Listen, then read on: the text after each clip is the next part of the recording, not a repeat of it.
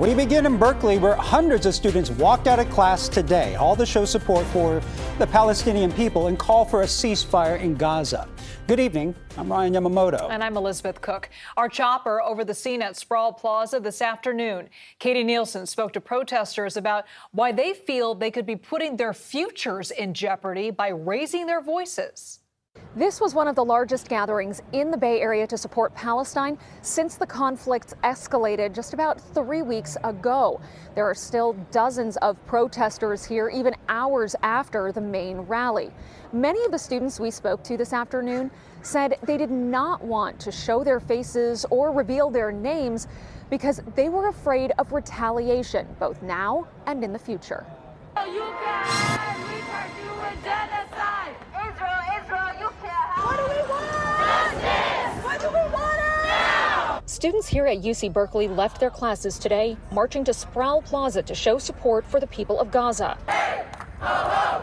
The occupation has got to go! Creating a crowd of more than 1,000 people, carrying signs and waving flags. Viva, viva, Palestina!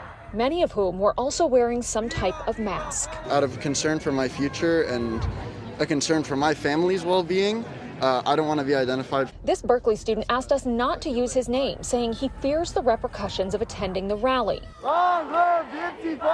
There's a lot of backlash coming at people who are in support of this and mischaracterizations of their opinions. That mischaracterization leads to people losing jobs, getting kicked out and expelled from school, having future job offers completely wiped off the board. He points out the irony of the current situation, given that the free speech movement was started here at UC Berkeley in the 1960s.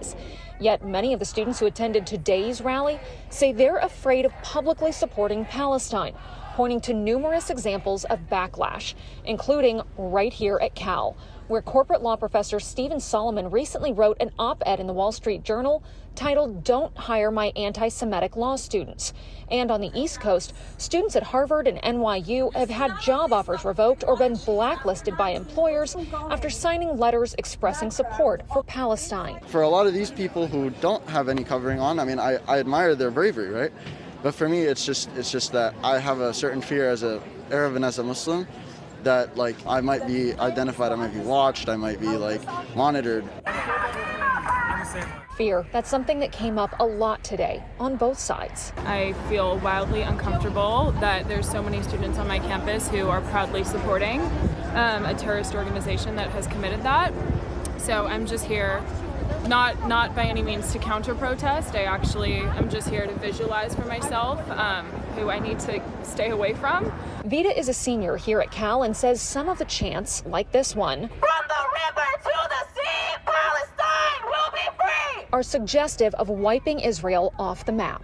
Most of the people here don't even know what they're standing up for. It's just a trendy thing to follow at Berkeley, and around here you can be canceled for standing on the wrong side of history. There is another rally here at UC Berkeley planned for Friday. That one is in support of Israel.